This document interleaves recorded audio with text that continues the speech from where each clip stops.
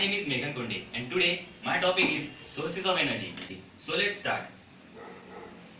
Introduction. We use energy for various activities. Our vehicles run on petrols and diesels. When we cycle, we use our muscle energy. But to light our houses, we use the electric energy. So in this chapter, we are going to learn such type of resources, sources of energy. So these are two basic types of energies, means renewable and non-renewable sources. So sources of energy that will get depleted someday and are called non-renewable resources, means in future it will get exhausted and we won't be able to use it. So these are called non-renewable resources.